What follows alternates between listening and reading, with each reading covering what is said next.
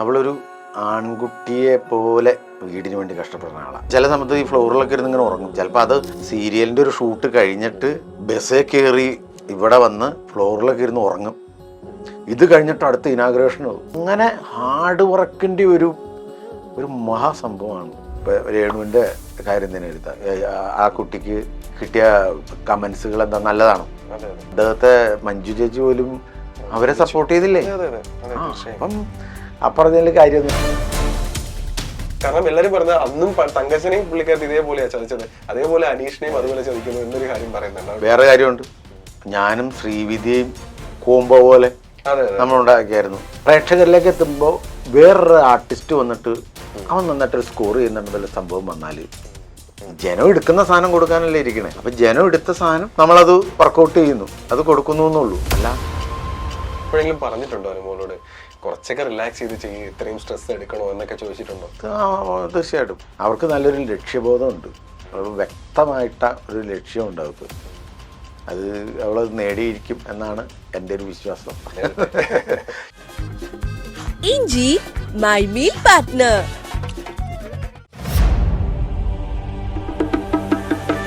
Welcome to milestone makers presents Bigg Boss cafe. ഇന്ന് എൻ്റെ കൂടെ ഉള്ളത് ബിനു അടിമാലിയാണ്. ബിനു ചേട്ടാ നമസ്കാരം. നമസ്കാരം. ബിനു ചേട്ടാ എന്തൊക്കെയുണ്ട് വിശേഷം? നല്ല വിശേഷം, സുഖമായിട്ട് പോകണു, സന്തോഷം, കുഴപ്പമൊന്നുമില്ല. ഇപ്പോൾ നമുക്ക് എല്ലാവർക്കും അറിയാം ബിനു ചേട്ടൻ ഒരു ആർട്ടിസ്റ്റാണ്, കോമഡി വളരെ നന്നായിട്ട് കൈകാര്യം ചെയ്യുന്ന ഒരു വ്യക്തിയാണ്, ഒരു സ്റ്റേജ് പെർഫോമർ ആണ്. എന്നാലും നമുക്ക് ഏറ്റവും കൂടുതൽ ബിനു ചേട്ടനെ അറിയുന്നത് ഓഫ് കോഴ്സ് സ്റ്റാർ മാജിക് എന്ന് പറയുന്ന ഒരു പ്രോഗ്രാമിലൂടെയാണ്. അതുവഴിയാണ് നമ്മൾ ചേട്ടനെ കൂടുതൽ അടുത്തറിയുന്നത്, പ്രേക്ഷകർക്ക് കുറച്ചുകൂടി കണക്ട് ആയതും ആ ഒരു പ്രോഗ്രാം വഴിയാണ്. ഇപ്പൊ എനിക്ക് തോന്നുന്നു ഒരു വർഷത്തോളം ആയെന്ന് തോന്നുന്നു അവൻ പോകുന്നു. ഒരു വർഷമാവുന്നു. നമുക്ക് വലിയൊരു ഗ്യാപ്പാണ്, കാരണം നമ്മൾ അത്രയും മിസ് ചെയ്യുന്ന ഒരു പ്രോഗ്രാമും കൂടി ആയതുകൊണ്ട്. അപ്പോ എങ്ങനെ പോകുന്നു ലൈഫ്, എങ്ങനെ പോകുന്നു വർക്ക്സ്, എന്താണ് ഇപ്പൊ ചെയ്യേണ്ട പരിപാടി? വർക്കുകൾ മറ്റേ സ്റ്റാർ മാജിക്ക് നമുക്ക് തന്ന ഒരു ഹൈപ്പ്, അല്ലെങ്കിൽ നമ്മുടെ നമ്മൾ വീട്ടിലെ ഒരാളെ പോലെ എവിടെ ചെന്നാലും അവർ വന്ന് നമ്മളെ ഷെയ്ക്ക് ഹാൻഡ് തരുന്നു, കെട്ടിപ്പിടിച്ച് സംസാരിക്കുന്നു. ഇതൊക്കെ ചെയ്യുമ്പോൾ അവരുടെ വീട്ടിൽ അവരപരിചിതരല്ല, നമ്മൾ അവരുടെ വീട്ടിൽ എന്നും ചെല്ലുന്ന ഒരാളെ പോലെ അവർ സംസാരിക്കുക എടുക്കും. അപ്പോ ചേട്ടാ നമുക്കറിയാം, ചേട്ടാ ബിഗ് ബോസ് കാണാറുണ്ടോ? ഫസ്റ്റ് ഓഫ് ഓൾ ഞാൻ ചോദിച്ചു. ബോസ് ഞാൻ ഇടയ്ക്ക് ഇങ്ങനെ സമയമായിരിക്കുമ്പോൾ ഇങ്ങനെ എല്ലാ ദിവസവും ഇങ്ങനെ കുത്തിയിരുന്ന് കാണാറില്ല, ഇങ്ങനെ എന്നാലും കാണാറുണ്ട്. നമ്മുടെ സ്റ്റാർ മാജിക്കിൽ വന്ന എല്ലാവരും പതിയെ ബിഗ് ബോസിലോട്ട് വരുന്ന ഒരു കാര്യം നമ്മൾ കാണുന്നുണ്ട്. ഇപ്പോൾ നവീൻ ചേട്ടനാണെന്നുണ്ടെങ്കിലും നോബി ചേട്ടൻ വന്നിട്ടുണ്ടായിരുന്നു, പിന്നെ ഇപ്പൊ അനുമോൾ, രേണുസുതി സ്റ്റാർ മാജിക്കുമായിട്ട് ഡയറക്ട്ലി കണക്റ്റഡ് അല്ല, ബട്ട് സ്റ്റിൽ. അപ്പോ ചേട്ടൻ എപ്പോഴെങ്കിലും ഒരു കോൾ വന്നിട്ടുണ്ടോ? എന്നെ ഒട്ടുമിക്ക എല്ലാ വർഷവും കോൾ വരാറുണ്ട്. ആണോ? എന്ത് പറ്റി പങ്കെടുക്കാൻ തോന്നിയില്ല? അല്ല, അങ്ങനൊന്നും ആയിട്ടല്ല, ഒരു പേടി പോലെയൊക്കെ ഉള്ളത് പറയാം. അത് കാരണം അവിടെ നമ്മുടെ ഫ്ലോർ അല്ലല്ലോ, നമുക്ക് പറ്റിയൊരു സ്ഥലമല്ലല്ലോ. തന്നെയല്ല, എന്നെയൊക്കെ സംബന്ധിച്ചിടത്തോളം ഞാനൊക്കെ എനിക്ക് ഒരു ഫാമിലി അല്ലെങ്കിൽ അവരെയൊക്കെ കാണാതിരിക്കലും മാറി നിൽക്കാന്ന് പറഞ്ഞാൽ അത് എന്നെ സംബന്ധിച്ച് ഭയങ്കര ഇതാണ്. ഞാൻ പിള്ളേരൊക്കെ ആയിട്ടുള്ള ഒരു ബുദ്ധിമുട്ട് കൊണ്ടാണ് ഹയർ റേഞ്ചിൽ നിന്ന് എറണാകുളത്തോട്ട് താമസം തന്നെ മാറിയത്. അപ്പം നമ്മളെ സംബന്ധിച്ച് അത് പറ്റില്ല. അത് മോശമെന്നല്ല, നമ്മുടെ മാനസികമായിരിക്കും. ചിലപ്പോൾ അതിനകത്ത് ചെയ്ത് കഴിഞ്ഞ് കഴിഞ്ഞാൽ നമുക്ക് അയ്യോ ഇത്ര ആയിരുന്നോ എന്ന് ഓർത്ത് പോവായിരിക്കാം. പക്ഷെ നമുക്ക് പെട്ടെന്നൊരു ഇതുകൊണ്ട് ഈ ബിഗ് ബോസ് എന്ന് പറയുന്നൊരു ഷോ ഉണ്ടല്ലോ ചേട്ടാ, അപ്പൊ അതിന്റെ ഒരു ബേസിക് കോൺസെപ്റ്റ് എന്ന് പറയുന്നത്, ഇപ്പോൾ പണ്ട് ബിഗ് ബ്രദർ എന്ന് പറഞ്ഞിട്ട് വെസ്റ്റേൺ യൂറോപ്യൻ കൺട്രീസിലുള്ള അമേരിക്ക, US പോലുള്ള രാജ്യങ്ങളിലൊക്കെ അവര് കണ്ടിന്യൂ ചെയ്ത് വന്നൊരു സാധനം ഇന്ത്യയിലോട്ട് വന്നപ്പോൾ അത് ബിഗ് ബോസ് ആയി. നോർത്തേൺ വേറെ പല ഭാഷകളിലും അത് ആദ്യം ബിഗ് ബോസ് ആയിട്ട് വന്നു. ഇപ്പൊ നമ്മൾ ഏറ്റവും അവസാനമാണെന്ന് തോന്നുന്നു, എനിക്ക് തോന്നുന്നു കേരളത്തിൽ മലയാളം ഇപ്പൊ 7 സീസൺ ആയിട്ടുള്ളൂ. ഹിന്ദിയൊക്കെ പോവുകയാണെങ്കിൽ വന്നാലും 15 സീസൺ അങ്ങനെയൊക്കെ ആയിട്ടുണ്ട്. അപ്പോൾ ഇതിന്റെ ഒരു ബേസിക് കോൺസെപ്റ്റ് എന്ന് പറയുന്നത് സമൂഹത്തിൽ പല തട്ടിലുള്ള അല്ലെങ്കിൽ പല പ്രൊഫഷനിലുള്ള ആൾക്കാരെ ഒരുമിച്ച് കൊണ്ടുവരിക, ഒരു സ്ഥലത്ത് കൊണ്ട് നിർത്തുക, അതിജീവനമാണ് അല്ലെ. അവർക്ക് പുറം ലോകമായിട്ടൊരു ബന്ധമില്ല, അവർക്ക് സമയം എന്താണെന്ന് അറിയാൻ പറ്റുന്നില്ല, അവരെ പറ്റി പുറത്തുള്ള ആൾക്കാർ എന്താണ് സംസാരിക്കുന്നത് എന്ന് പറയാൻ പറ്റുന്നില്ല. ഒരു അതിജീവനം എന്ന് തന്നെ പറയാം. അത്രയും സ്ട്രെസ്സിലൂടെ കടന്നുപോയി ആരാണ് അതിജീവിച്ച് മുന്നോട്ടെത്തുന്നത്, പ്ലസ് പ്രേക്ഷകരുടെ പിന്തുണയും ഏറ്റവും കൂടുതൽ ആർക്കാണ് കിട്ടുന്നത് അവരായിരിക്കും വിജയ് എന്നുള്ള രീതിയിലാണ് പോകുന്നത്. ഈ ഒരു ബിഗ് ബോസ് എന്ന് പറയുന്ന ഒരു കോൺസെപ്റ്റിനെ ചേട്ടൻ എങ്ങനെയാണ് നോക്കി കാണുന്നത്? എന്നെ സംബന്ധിച്ചിടത്തോളം ഏതൊരു ഷോയും ചില ആളുകൾ സമൂഹത്തിൽ തിരിച്ചറിയപ്പെടാനും അതിലൂടെ രക്ഷപ്പെടാനും, അത് ഈ പ്രോഗ്രാം എന്നല്ല, ഏത് പ്രോഗ്രാം ആയിക്കോട്ടെ, കുറച്ച് പേർക്ക് ചിലർക്ക് നന്മയുണ്ടാവാം, ചിലർക്ക് തിന്മയായിട്ടാം സംഭവിക്കാറുണ്ട്. അപ്പോൾ ഏത് ഷോയും, കാരണം ഇവരാരും ചിലത് വളരെ 1-2 പേര് മാറ്റി നിർത്തി കഴിഞ്ഞാൽ ബാക്കിയുള്ളവരും ചിലപ്പോൾ വലിയ കാര്യമായിട്ട് ഫേമസ് ആയവരോ അല്ലെങ്കിൽ പരിചയമില്ലാത്തവരായിരിക്കും. ഇവർ ഇതിലൂടെ അവർ വളരെ ഫേമസ് ആവുകയാണ്. അതെ അതെ അതെ. ചിലർ ആ വഴി ചിലപ്പോൾ സിനിമ അല്ലെങ്കിൽ ഇതുമായിട്ട് ബന്ധപ്പെട്ട മേഖലകളിലൊക്കെ പോകും. അപ്പം നമ്മൾ ഈ ലോകത്ത് വേൾഡിൽ ഒന്ന് ആലോചിച്ച് നോക്കി, നമ്മളൊരാൾ തിരിച്ചറിയുക എന്ന് പറയുന്നത് വലിയൊരു കാര്യമാണ്. ശരിയാ. അത് ചെറിയ കാര്യമല്ല. അതെ. അപ്പം ഈ ബിഗ് ബോസ് പോലുള്ള പരിപാടികളിലൂടെ അങ്ങനെ കയറി വന്ന് ഫേമസ് ആവുന്നവരുണ്ട്. നമ്മുടെ വ്യക്തിത്വം തന്നെ മാറി മാറുന്നു. വേറെ റൂട്ടിലേക്ക് ആവുന്നുണ്ട്. എപ്പോഴും അത് നല്ലത് തന്നെയല്ലേ എന്നാണ് എൻ്റെ ഒരു ഇത്. അതെ അതെ. എന്തിനകത്തും നല്ലതും ഉണ്ടാവും ചീത്ത ഉണ്ടാവും അല്ലേ. അത് നമ്മുടെ വീക്ഷണമായിരിക്കാം. നമ്മൾ ചെയ്യുന്നതെല്ലാം നമ്മുടെ ശരികളാണ്. നമ്മുടെ ശരികളാണ് നമ്മളെല്ലാം ചെയ്യണേ. മറ്റുള്ളവർക്കാണ് ചിലപ്പോൾ അത് തെറ്റായിട്ട് തോന്നണത്. അതെ. അപ്പം അതുകൊണ്ട് എല്ലാം നമുക്കിപ്പം ഒരു കടയിൽ ചെന്നാൽ നമുക്ക് ഇവിടെ പടക്കം ഇരിപ്പുണ്ടാവും, ഓറഞ്ച് ഉണ്ടാവും, പാലുണ്ടാവും. നമുക്ക് ആവശ്യമുള്ളത് മാത്രം എടുത്താൽ മതി അല്ലേ. എക്സാക്ട്ലി, സത്യം. നമുക്ക് ആവശ്യമുള്ള ആർക്കും ബുദ്ധിമുട്ടുണ്ടാക്കാത്ത തരത്തിലുള്ള ഒരു സംഭവം മേടിക്കുക. പക്ഷെ വേറെ കാര്യമുണ്ട്, ഈ സംഭവം ചെന്നുവെച്ച് ഓണത്തിന് ഇന്ന് പാലെടുത്തിട്ട് കാര്യമില്ല. അല്ല വിഷുവിന് അത് പടക്കം എടുക്കണം. അങ്ങനെയാണ് വിഷു ആഘോഷിക്കാൻ പറ്റുള്ളൂ. അപ്പം ഇതെല്ലാം ആവശ്യമാണ്. മറ്റുള്ളവർക്ക് ബുദ്ധിമുട്ടില്ലാണ്ട് പ്രശ്നമില്ല. അല്ല അതും ഇപ്പോൾ വിഷുവിനൊന്ന് പടക്കം പൊട്ടിച്ച് കഴിഞ്ഞാൽ അത് വിഷയമല്ല. ഒരു ബന്ധമില്ലാത്ത ഒരു വെള്ളിയാഴ്ച അല്ലെങ്കിൽ ശനിയാഴ്ച ഞായറാഴ്ച ചുമ്മാ ഒരുത്തിനൊന്നും പടക്കം പൊട്ടിക്കുകയാണെങ്കിൽ എന്തായിരിക്കും അവസ്ഥ. അപ്പം എല്ലാത്തിനും അതിൻ്റെ ഒരു സമയം അല്ലെങ്കിൽ അതിൻ്റെ ഒരു സാഹചര്യങ്ങളാണ് അല്ലേ. ആ സാഹചര്യത്തിലൂടെയാണ് ഇതെല്ലാം മുമ്പോട്ട് പോകണേ. ഇപ്പോ ചേട്ടാ, ഇപ്രാവശ്യം ബിഗ് ബോസിലെ രേണുസുതി ഉണ്ടായിരുന്നു, എവിക്റ്റ് ആയിട്ടുണ്ടായിരുന്നു. ആദ്യം കുറച്ച് നാൾ കഴിഞ്ഞപ്പോൾ തന്നെ, കുറച്ച് ആഴ്ചകൾ കഴിഞ്ഞപ്പോൾ തന്നെ എവിക്റ്റ് ആയി. പിന്നെ അനുമോളുണ്ട്. എനിക്ക് തോന്നുന്നു രണ്ടുപേരെയും ചേട്ടന് പേഴ്സണലിയും അല്ലാന്നുണ്ടെങ്കിൽ അറിയുന്ന ആൾക്കാർ തന്നെയാണ്. അനുമോളെ കുറച്ചുകൂടിയും തോന്നുന്നു. അപ്പോൾ നമുക്കറിയാം രേണുസുതി ആ ഒരു സുധിച്ചേട്ടൻ്റെ ഒരു വിയോഗത്തിന് ശേഷം പുള്ളിക്കാരത്തി ജീവിക്കാനും അല്ലാന്നുണ്ടെങ്കിൽ മക്കളെ നോക്കാനും ഒക്കെ പുള്ളിക്കാരത്തിക്ക് ഇൻട്രസ്റ്റ് ഉള്ള ഒരു ഫീൽഡ് തന്നെ തിരഞ്ഞെടുത്തു. ആക്ടിങ്ങിൽ കുറച്ച് ആക്റ്റീവാണ് പുള്ളിക്കാരത്തി. അപ്പോൾ ഇതൊക്കെ നമ്മൾ എന്താ പറയാ, ഒരു ഹോൾ ഹാർട്ടഡ്ലി നമ്മൾ റിസീവ് ചെയ്യേണ്ട ഒരു കാര്യമല്ലേ അല്ലെ. ഒരു സ്ത്രീ അവർക്ക് ഇഷ്ടപ്പെട്ട ഒരു കാര്യം ചെയ്യുന്നു, അതിൽ നിന്ന് അവർക്കൊരു ചെറുതാണെങ്കിൽ ഒരു വരുമാനം വരുന്നു.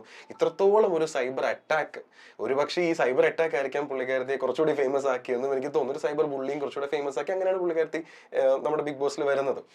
അപ്പോ ഇത്രത്തോളം ഒരു നെഗറ്റീവ് അല്ലെങ്കിൽ ഒരു കമന്റ്സ് ആർക്കും എന്തും പറയാം എന്ന് പറയുന്ന ഒരു അവസ്ഥ, അത് ശരിക്കും ശരിയാണോ ചേട്ടാ? ചേട്ടൻ എങ്ങനെയാണ് നോക്കി കാണുന്നത്? നമ്മൾ അതിൻ്റെ ഒരു ഇരയാണ് ഞാൻ. അതെ അതെ അതെ.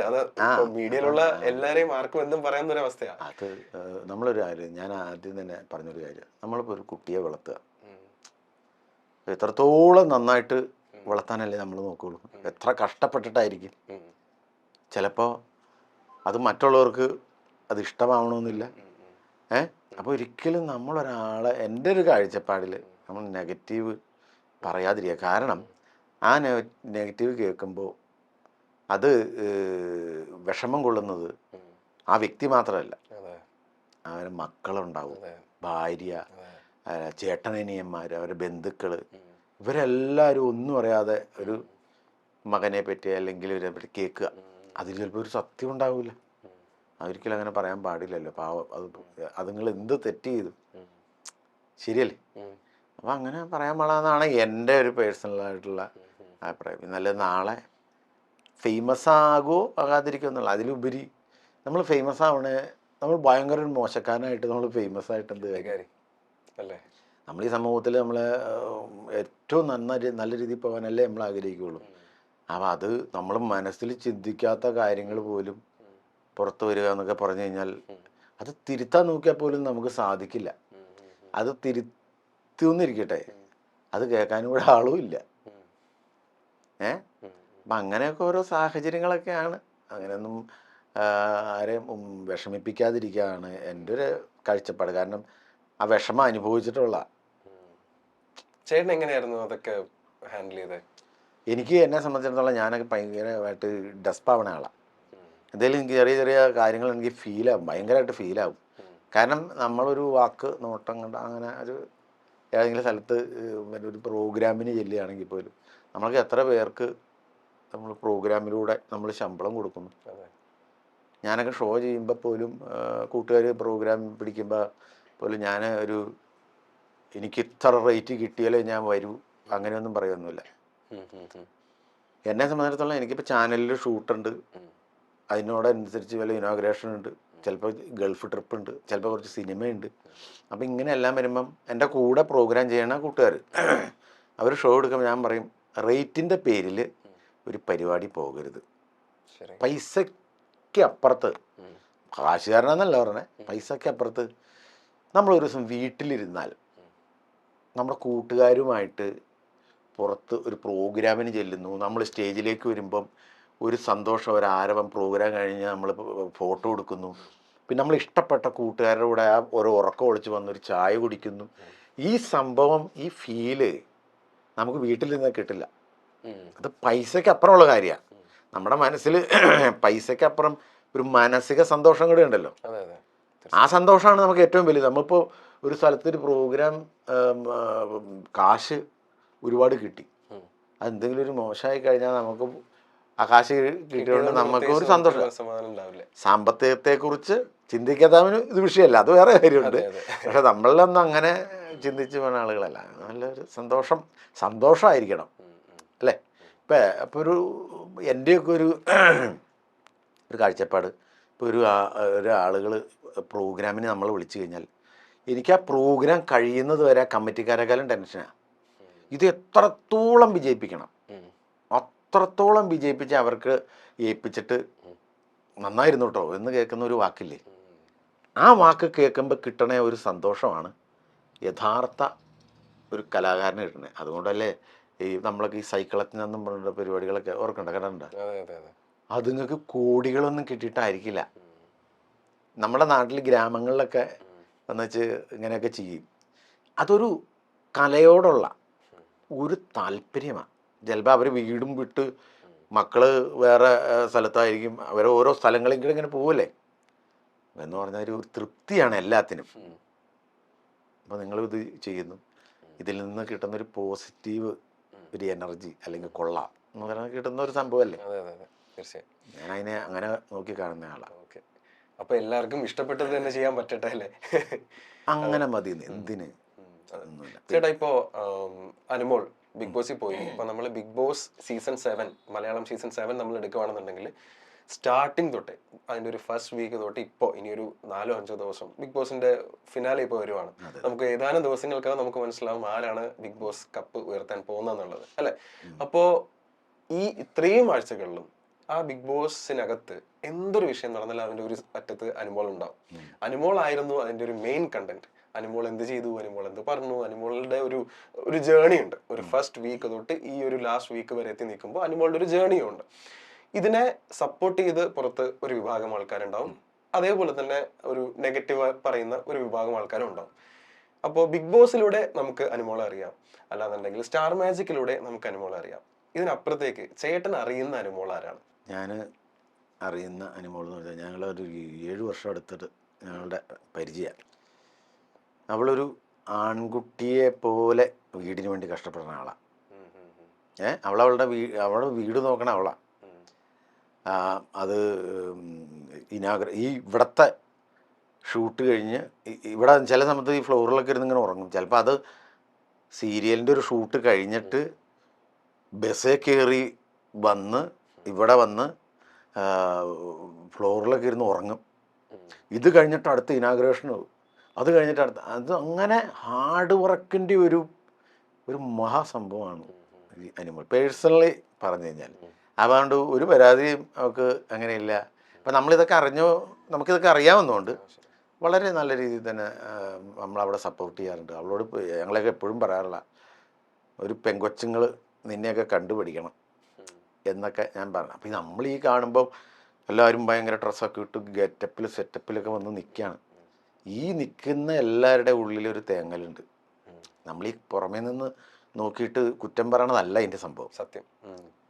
നമ്മളെല്ലാവരും അവസ്ഥകൾ അതൊക്കെ തന്നെയാണ്. ഇപ്പം ചാനലിൽ വരുന്നു, മേക്കപ്പ് ഇടുന്നു, നല്ല ഡ്രസ്സ് ഇടുന്നു, കയറിയിരിക്കുന്നു, കോമഡി പറയുന്നു. ഇതിൻ്റെ ഉള്ളിലിൻ്റെ അപ്പുറത്തൊരു മനുഷ്യൻ എന്ന് പറഞ്ഞൊരു സാധനം കൂടെയുണ്ട്. അവർ നോക്കുമ്പോൾ അവരെല്ലാവരും ഫുൾ ടൈം ചാനൽ, എല്ലാ വ്യക്തികളുടെയും, കലാകാരന്മാരെന്നല്ല, നമ്മൾ കാണുന്ന ഓരോ വ്യക്തികളും ചിലപ്പോൾ വലിയ വണ്ടിയിൽ സഞ്ചരിക്കുന്നു, അവിടെ പോകുന്നു, ഇവിടെ പോകുന്നു, എല്ലാം അവരുടെ ഉള്ളിലേക്ക് കടന്നു നിന്ന് കഴിഞ്ഞാൽ നമുക്ക് അക്കാര്യത്തിൽ നമ്മളൊക്കെ ഭയങ്കര ഭാഗ്യവാന്മാരാന്നൊക്കെ നമ്മൾ ചിന്തിച്ചു പോകും. നമ്മുടെ എല്ലാ ഒരു വീക്ഷണം ഇതൊക്കെ എന്ന് പറഞ്ഞ പോലെ ഒരുപാട് കഷ്ടപ്പെട്ട് ഇപ്പോഴുള്ള പെൺകുട്ടികൾ കണ്ടുപഠിക്കേണ്ട, എൻ്റെ വ്യക്തിപരമായിട്ടുള്ള ഒരു ഇത് വെച്ചിട്ട് കണ്ടുപിടിക്കേണ്ട ഒരു വ്യക്തിത്വമാണ് അനിമോൾ. കാരണം അതിന് വേണ്ടി കിടന്ന് ഹാർഡ് വർക്ക് അങ്ങ് ചെയ്യുക. നമുക്ക് പോലും അങ്ങനെ അതിന് വേണ്ടി റിസ്ക് എടുത്ത് ഞാനൊക്കെ 2 പ്രോഗ്രാമൊക്കെ ഒന്ന് വേണ്ട എന്ന് വെച്ചാൽ ഒരു പ്രോഗ്രാം ഇവിടെ എങ്ങാനും താമസിച്ചിട്ട് അവിടെ എങ്ങാനും എത്താൻ പറ്റിയില്ലെങ്കിൽ അവസ്ഥ ആലോചിച്ചു. ചിലപ്പോൾ നമുക്കൊരു പേയ്മെൻറ്റാ പോകുള്ളൂ. ഞാൻ കേട്ടിട്ടുണ്ട് മനസമാധാനം. ഈ ബ്ലോക്കിന്റെ ഇടയ്ക്കിടെ എങ്ങനെ നമ്മൾ പോകും? പകലാണെങ്കിൽ ഓക്കെ, പകലെന്നൊരു ഷോ എത്തുന്നവരുള്ള ടെൻഷനും അവിടെ എത്തിയിട്ട് അവരെന്ത് പറയുന്നുള്ള ടെൻഷനും ഒക്കെ. ഇത് പിടിച്ചവന്റെ അവസ്ഥ ആലോചിച്ച് നോക്കി. നമുക്ക് താമസിച്ച് തന്നാൽ മതി, പക്ഷേ ഈ ഷോ എടുത്തവൻ അവിടെ കിടന്ന് ഉരുകുമായിരിക്കും. അതൊരു ചെറിയ കാര്യമല്ല. അത് ആർട്ടിസ്റ്റുകൾ അവർ വന്നില്ല, ഇവർ വന്നില്ല, ഇച്ചിരി താമസിച്ചു പോയി എന്നൊക്കെ പറയാം. ഒന്ന് ആലോചിച്ച് നോക്കി. ഇഞ്ചി മൈ മീൽ പാർട്ട്ണർ. എപ്പോഴെങ്കിലും പറഞ്ഞിട്ടുണ്ടോ അനുമോളോട് കുറച്ചൊക്കെ റിലാക്സ് ചെയ്ത് ചെയ്യും, ഇത്രയും സ്ട്രെസ് എടുക്കണോ എന്നൊക്കെ ചോദിച്ചിട്ടുണ്ടോ? തീർച്ചയായിട്ടും. അവളതൊന്നും കേൾക്കുന്നില്ല. അവൾ എപ്പോഴും ഓട്ടം തന്നെ ഓട്ടം തന്നെ ഓട്ടം. പിന്നെ അവർക്ക് നല്ലൊരു ലക്ഷ്യബോധമുണ്ട്. അവൾ വ്യക്തമായിട്ട ഒരു ലക്ഷ്യമുണ്ട് അവൾക്ക്. അത് അവളത് നേടിയിരിക്കും എന്നാണ് എൻ്റെ ഒരു വിശ്വാസം. നേടട്ടെ എന്നാണ് എൻ്റെ ഒരു പ്രാർത്ഥന. ഇപ്പോൾ നമ്മൾ സ്റ്റാർ മാജിക് എടുക്കുവാണെന്നുണ്ടെങ്കിലും അതിനകത്ത് അനുമോൾ എന്ന് പറയുന്ന ഒരു ക്യാരക്ടർ വളരെ ഇന്നസെന്റ് ആയിട്ടൊരു ക്യാരക്ടറായിട്ടാണ് പുറത്ത് വരുന്നത്. അതുപോലെ തന്നെ പുള്ളിക്കാരത്തി ചെറിയ ചെറിയ കാര്യങ്ങളിൽ ചിലപ്പോൾ ഇമോഷണൽ ആവും. ഇടയ്ക്ക് ഞാൻ കണ്ടു ഒരു എൻട്രിയുടെ സമയത്ത് പാട്ട് വെച്ച് കൊടുത്തിട്ടില്ല എന്നൊക്കെ പറഞ്ഞിട്ട് പബ്ലിക്കായിട്ട് നിന്ന് കരയുന്നുണ്ട്. അത് എങ്ങനെയാണോ ഉള്ളിൽ ഒരു ഇമോഷൻ തോന്നുന്നത് അത് അതുപോലെ പുറത്തേക്ക് കാണിക്കുന്ന ഒരാളാണ്.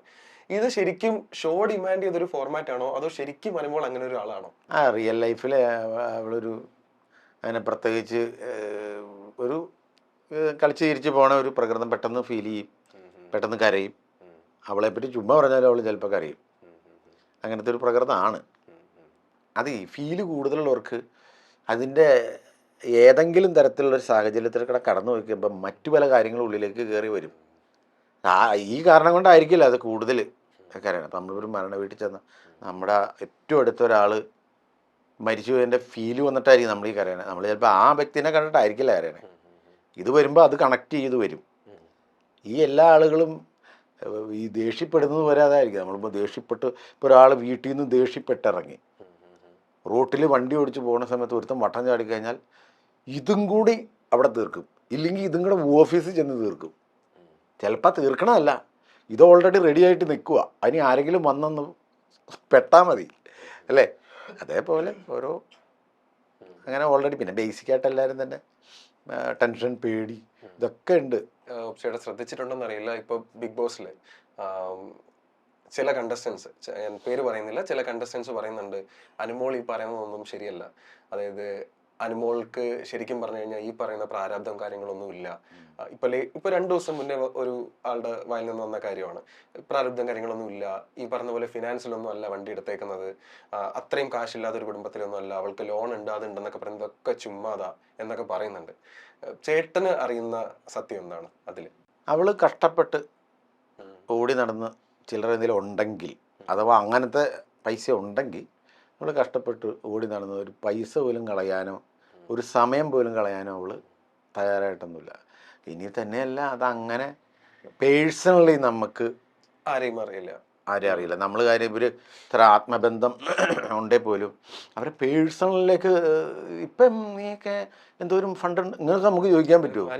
അങ്ങനെ ചോദിക്കാൻ പറ്റില്ലല്ലോ. നമ്മളോട് എന്ത് പറയുന്നോ ഓക്കെ, അത് നമ്മൾ ഓക്കെ അവർ കേൾക്കും എന്നല്ലാതെ പേഴ്സണലി നമുക്ക് ഒരാളോടൊന്നും ചോദിക്കാൻ പറ്റില്ല.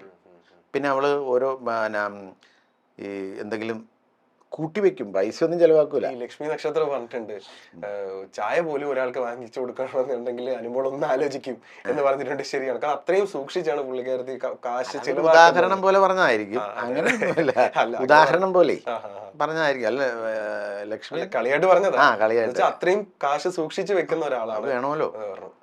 ഇപ്പൊ നിലവില് ചേട്ടാ നമ്മുടെ ബിഗ് ബോസിൽ ചേട്ടൻ അറിയുന്ന ആർട്ടിസ്റ്റുകളും ഒരുപാട് ഉണ്ടാവും. ആ. നേരത്തെയുള്ള സീസൺസിൽ ഉണ്ടാവും, ഇപ്രാവശ്യം ഉണ്ടാവും. ഉണ്ടാവും, ഉണ്ടാവും. ഇപ്പൊ നിലവിൽ ചേട്ടൻ ആരൊക്കെയാ ചേട്ടൻ അറിയുന്നത്, അല്ലെങ്കിൽ ചേട്ടന് പരിചയമുള്ള ആരൊക്കെയാ ഇപ്പോൾ ഉള്ളത് ബിഗ് ബോസിൽ? ഷാനവാസ് ഭായ് ഇപ്പൊ ഉണ്ട്.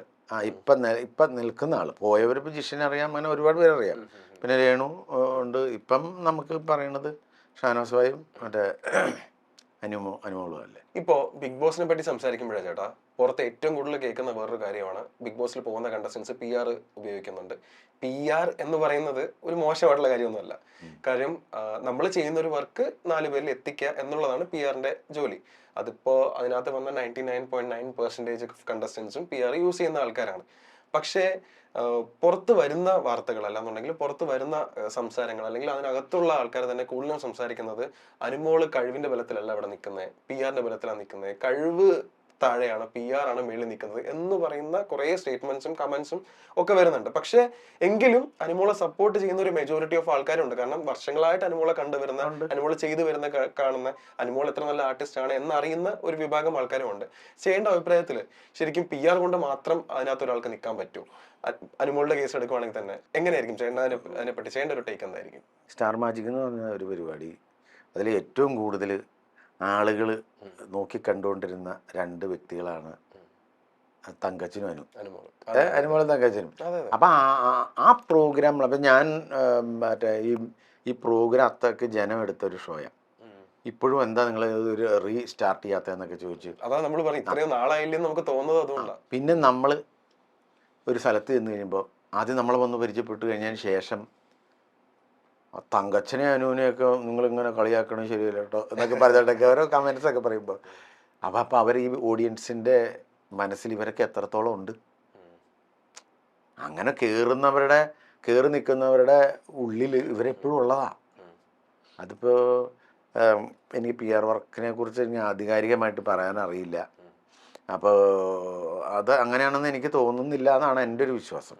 അവർ ഓൾറെഡി ഇപ്പം ആ കൂട്ടത്തിൽ ഏറ്റവും കൂടുതൽ ജനങ്ങൾ അറിയുന്നതും സ്വീകരിച്ചതും അതിപ്പോൾ നമുക്ക് എല്ലാവർക്കും അറിയാവുന്ന കേസാണ് അല്ലേ? എനിക്ക് തോന്നുന്നു ഏഷ്യാനെറ്റിനോളം തന്നെ ഫോളോവേഴ്സ് ഉള്ള ഒരാളാണ് അനുമോളും. ഇപ്പൊ നമ്മൾ ഇൻസ്റ്റാഗ്രാം പേജസ് ഒക്കെ നോക്കുകയാണെന്നുണ്ടെങ്കിൽ അത്രയും മില്യൺ ഫോളോവേഴ്സ് ഉള്ള ഒരു വ്യക്തിയാണ് ഉണ്ട്. അപ്പൊ അതിനിപ്പോ പ്രത്യേകിച്ചൊരു ഇത് അങ്ങനെ പറയണമെന്ന് എനിക്ക് ഇല്ലേ എനിക്ക് തോന്നുന്നില്ല. പിന്നെ നമ്മള് പാവം രക്ഷപ്പെട്ടു പോട്ടെ എന്ന് ചിന്തിക്കില്ലേ. മറ്റുള്ളവരെ പെട്ടെന്ന് ആധികാരികമായിട്ട് അറിഞ്ഞിട്ടുണ്ടാവില്ല. ഇത്രയും ഒരു ഷോയിൽ വന്നിട്ട് അങ്ങനെ ആണെന്നാണ് എൻ്റെ ഒരു വിശ്വാസം. അല്ലതിപ്പോൾ ഇതേക്കുറിച്ച് എനിക്ക് അത്ര പിടുത്തമല്ല. അപ്പോൾ അനുമോളുടെ കഴിവിന്റെ കാര്യത്തിൽ നമുക്കാർക്കും ഡൗട്ടില്ല. കാരണം എനിക്ക് തോന്നുന്നു അവാർഡ് പോലും വാങ്ങിയ ആളാണ്, ഒരു മികച്ച നടിക്കുള്ള അവാർഡ് പോലും വാങ്ങിയ ഒരാളാണ്. അപ്പോൾ ആ കാര്യത്തിൽ നമുക്ക് ഡൗട്ടൊന്നുമില്ല. എന്നിട്ടും ഈ ആൾക്കാരുടെ ഈ ഒരു നെഗറ്റിവിറ്റി ഉണ്ടല്ലോ ചേട്ടാ, തിരിച്ചിറങ്ങുമ്പോൾ അനുമോൾ എത്രത്തോളം ബാധിക്കും എന്ന് ചേട്ടന് തോന്നുന്നു? ഞാനത് ചോദിക്കുന്ന റീസൺ എന്ന് വെച്ച് കഴിഞ്ഞാൽ, ഇപ്പോൾ അനുമോളുടെ ഫാമിലിയോട് നമ്മൾ സംസാരിച്ചിട്ടുണ്ടായിരുന്നു. അപ്പോൾ അനുമോളുടെ ഫാമിലി അവർ പറഞ്ഞതെന്ന് വെച്ച് കഴിഞ്ഞാൽ, പുള്ളിക്കാരത്തി ബിഗ് ബോസിൽ പോകുന്നതിന് മുന്നേ ആലോചിച്ചിരുന്നു. ബിഗ് ബോസിൽ പോകാൻ ഒരുപാട് ആഗ്രഹം ഉണ്ടായിരുന്ന ഒരു വ്യക്തിയല്ല. കാരണം ഫെയിം എന്ന് പറയുന്നതിലാണ് കൂടുതലും ഫോക്കസ് ചെയ്തിട്ട് ആൾക്കാർ ബിഗ് ബോസിൽ പോവുക. പക്ഷെ അനുമോൾക്ക് ഓൾറെഡി ആൾക്കാരെ അറിയുന്നുണ്ട്, ജനങ്ങൾ അറിയുന്നുണ്ട് അനുമോളെ. അപ്പൊ ഫെയിം അല്ല, ഈ സ്റ്റാർ മാജിക് നിന്നിട്ട് കുറച്ച് നാളായി, അപ്പം കാശ് കുറച്ച് സമ്പാദിക്കുക, ബിഗ് ബോസിൽ പോയിട്ട് ഫിനാൻഷ്യലി കുറച്ച് ആവശ്യങ്ങളുണ്ട്, അപ്പൊ ബിഗ് ബോസിൽ പോയി സമ്പാദിക്കുക എന്ന് വിചാരിച്ചാൽ പോയത്. അപ്പോൾ ചെറിയ ചെറിയ കാര്യങ്ങൾക്ക് പോലും ഇങ്ങനെ വിഷമിക്കുന്ന ഒരാളാണ്. അല്ലാന്നുണ്ടെങ്കിൽ പെട്ടെന്ന് ഇതുപോലുള്ള നെഗറ്റീവ് കാര്യങ്ങൾ അഫക്ട് ചെയ്യുന്നു. ഇപ്പൊ നമ്മൾ അതിന് അകത്തും കാണാറുണ്ട്, ആരെങ്കിലും എന്തെങ്കിലും പറഞ്ഞാൽ തന്നെ പുള്ളിക്കാരത്തി പെട്ടെന്ന് കരഞ്ഞു പോകും. അപ്പോഴത്തേനും അങ്ങനെ ഒരാൾ തിരിച്ചു വരുമ്പോൾ ഇത്രയും കമന്റ്സോ ഒക്കെ കാണുമ്പോഴത്തേനും എങ്ങനെ റിയാക്ട് ചെയ്യുന്ന ചെയ്യേണ്ട തോന്നുന്നത്? വന്ന് നമുക്ക് വിഷമം ഉണ്ടാവും എനിക്കത് തോന്നുന്നില്ല. കാരണം അങ്ങനെയുള്ള ഞാനിപ്പോൾ സ്ഥിരം ഭയങ്കരമായിട്ട് കാണാത്തതുകൊണ്ടാണെന്ന് എനിക്കറിയില്ല. അങ്ങനെയൊക്കെ കമന്റ്സ് വരുമോ? വരുന്നുണ്ട്. ആർക്കും മാർക്കറ്റിംഗിന്റെ സോഷ്യൽ മീഡിയ എന്ന് പറയുന്നത് ആരെയും പറയാം, പ്രത്യേകിച്ചും ഈ ഇൻഡസ്ട്രിയിൽ നിൽക്കുന്ന, മീഡിയയിൽ നിൽക്കുന്ന, അല്ലെങ്കിൽ കലാരംഗത്ത് നിൽക്കുന്ന. പിന്നെ വേറെ കാര്യമുണ്ട്, ആരെ കുറിച്ച് എന്ത് പറഞ്ഞാൽ. ഇപ്പം ഞാനിപ്പോൾ ഒരു ഉദാഹരണം, ഇപ്പം അനുവിനെ കുറിച്ച് ഇങ്ങനെ പറയുക, അനുവിനെ ഇഷ്ടപ്പെടുന്നവർക്ക് അവരുടെ ഉള്ളിലൊരു സ്ഥാനത്തിൽ കയറ്റി വെച്ചേക്കാം.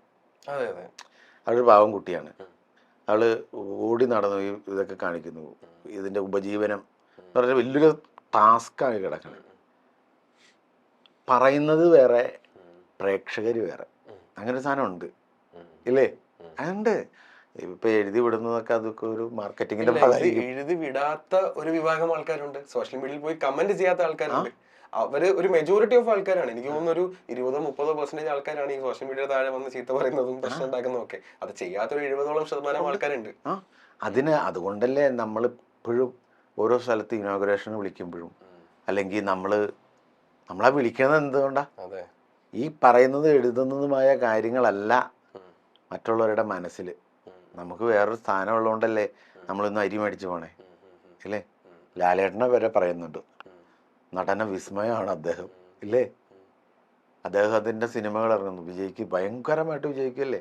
മമ്മൂക്കയുടെ പടം വിജയിക്കുന്നു. അങ്ങനെ മലയാളത്തിലെ എല്ലാ താരങ്ങൾ അവരൊക്കെ പടങ്ങൾ വിജയിക്കുകയല്ലേ. അത് വേറെ ഇത് വേറെ, അല്ലേ? നല്ലതാണെങ്കിൽ അത് കണ്ടിരിക്കും, നല്ലതാണെങ്കിൽ അവരത് കണ്ടിരിക്കും. എന്നാൽ ഈ കമൻസ് ഇറങ്ങിയെന്ന് പറഞ്ഞാൽ അവക്കൊന്നും കുഴപ്പമില്ല. പിന്നെ ഏത് കമൻസ് ഒരാഴ്ച ചിലപ്പോൾ ഒരു മാസം ആൾക്കാർ സംഭവിക്കും, പിന്നെ ആൾക്കാർക്ക് അടുത്ത കാര്യങ്ങൾ അത് കഴിയുമ്പോൾ അടുത്ത സംഭവം വരും, അടുത്ത ഷോ വന്നു, അതിലേക്ക് ഓഡിയൻസിൻ്റെ ഇത് മാറും. പിന്നെ അതൊന്നും നോക്കണ്ട, അങ്ങനെ കിടക്കും. അതൊന്നും ബാധിക്കുന്നു. അവരെങ്ങനെ ബാധിക്കണേ? അവളെങ്ങനെ അത് ബാധിക്കും? ആ ഹൈപ്പിൽ നിൽക്കുമ്പോൾ അവൾ വേണമെങ്കിൽ ചിലപ്പോൾ അടുത്ത വല്ല ഷോയോ വല്ലേക്കും ചാനലിലേക്ക് അവർ വിളിക്കും. ഇപ്പം ഞാൻ കാര്യം വെച്ചിട്ടിപ്പം രേണുവിൻ്റെ കാര്യം തന്നെ എടുത്താൽ, ആ കുട്ടിക്ക് കിട്ടിയ കമൻസുകൾ എന്താ, നല്ലതാണോ? അദ്ദേഹത്തെ മഞ്ജു ചേച്ചി പോലും അവരെ സപ്പോർട്ട് ചെയ്തില്ലേ? അപ്പം അപ്പറഞ്ഞതിൽ കാര്യമൊന്നുമില്ല, എഴുതണമല്ലല്ലോ. ഇത് ആലോചിക്കേണ്ട ഒരു കാര്യം, ഒരു സ്ത്രീ, എസ്പെഷ്യലി ഒരു പെൺകുട്ടി അല്ലെങ്കിൽ ഒരു സ്ത്രീ ഒരു സ്ട്രഗിളിലൂടെ പോകുന്നു, ഒരു സിറ്റുവേഷനിലൂടെ പോകുന്നു, അത് തരണം ചെയ്യാൻ വേണ്ടിയിട്ട്, അവരെ ജീവിക്കാൻ വേണ്ടിയിട്ട് അവർക്ക് അറിയുന്ന പണിയെടുക്കുന്നതിൽ ആൾക്കാർക്ക് എന്താണ് ഇത്ര പ്രശ്നം? അതൊരു വല്ലാത്തൊരു വിഷമാണ്. വെച്ചാൽ ഒരു മാസം ഒരു കുടുംബം കഴിഞ്ഞു പോകണമെങ്കിൽ ഏതൊരു ഗവൺമെൻറ് ഉദ്യോഗസ്ഥനായിക്കോട്ടെ അവർക്കൊന്ന് റോൾ ചെയ്യണം അടുത്ത മാസം ശമ്പളം മന്ന വരെ. ഇത് ഓക്കെ ആയിരിക്കും, ശമ്പളം കിട്ടിയതോ ഒക്കെ, അത് കഴിഞ്ഞ് വരുന്ന ഒരു സമയമല്ലേ. ഇതൊരു ടൈം ടേബിളിൽ ഇങ്ങനെ പൊയ്ക്കൊണ്ടിരിക്കുക. അതിനകത്തുനിന്ന് ഒരു മാറ്റം ഇങ്ങോട്ടോ വന്നു കഴിഞ്ഞാൽ പോയി. എങ്ങനെ ഇതൊക്കെ നികത്തും? എങ്ങനെ പൈസ ഉണ്ടാക്കും?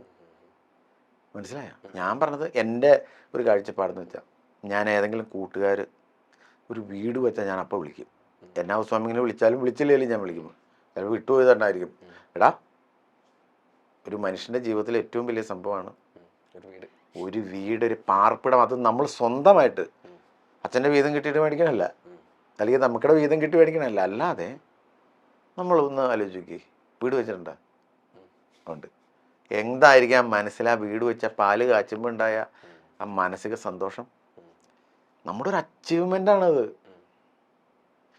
ഒരു മനുഷ്യൻ്റെ ഏറ്റവും എന്താണ് പാർപ്പിടം.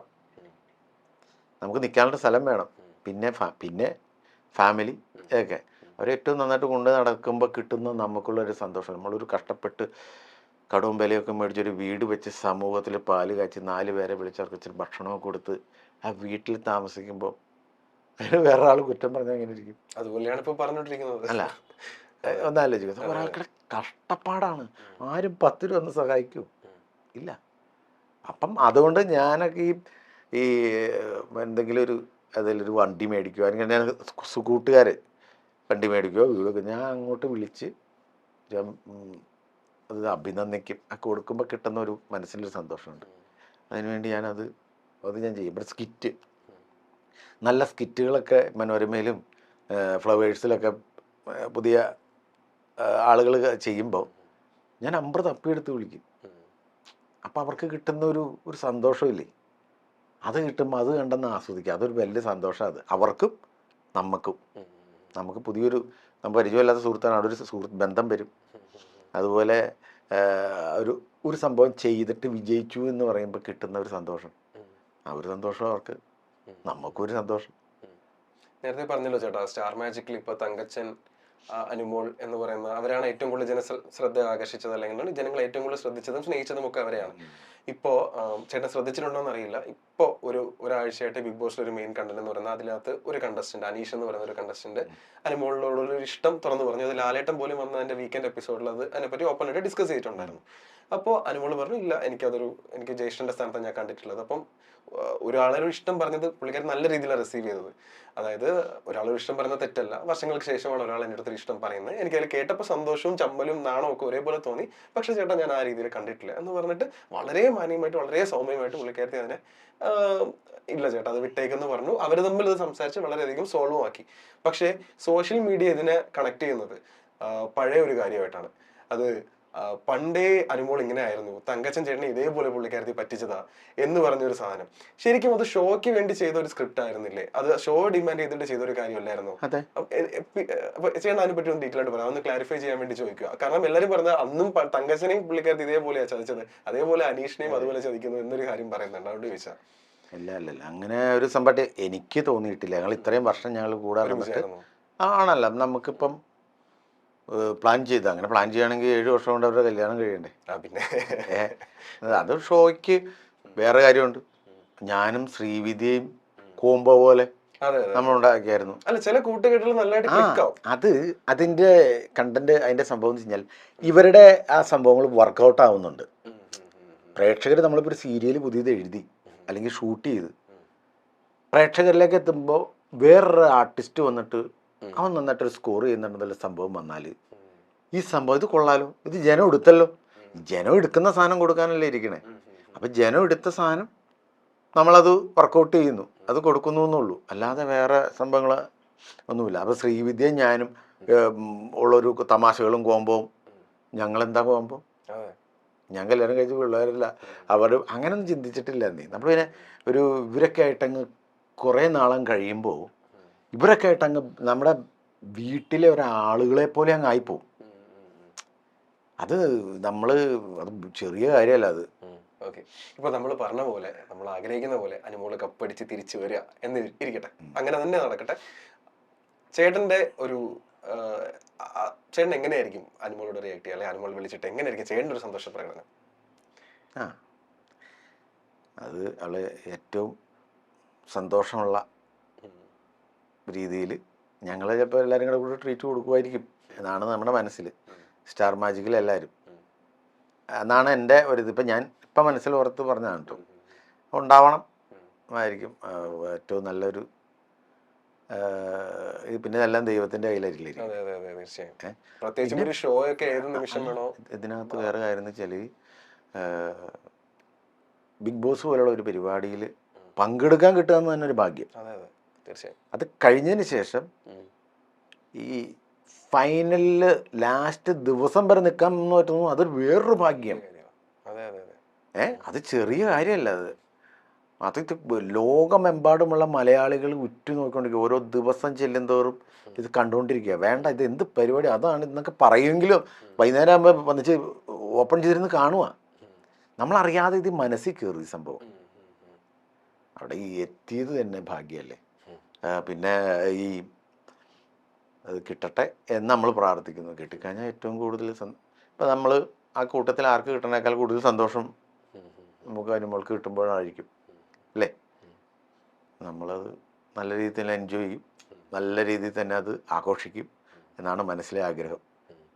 അങ്ങനെയാണ് നടക്കട്ടെ ചേട്ടാ. അനുമോൾ വിജയിച്ച് ഞാനൊരു വീഡിയോ കൂടെ ഇട്ട് കൊടുത്തിട്ടുണ്ടായിരുന്നു. ഞാൻ കണ്ടു.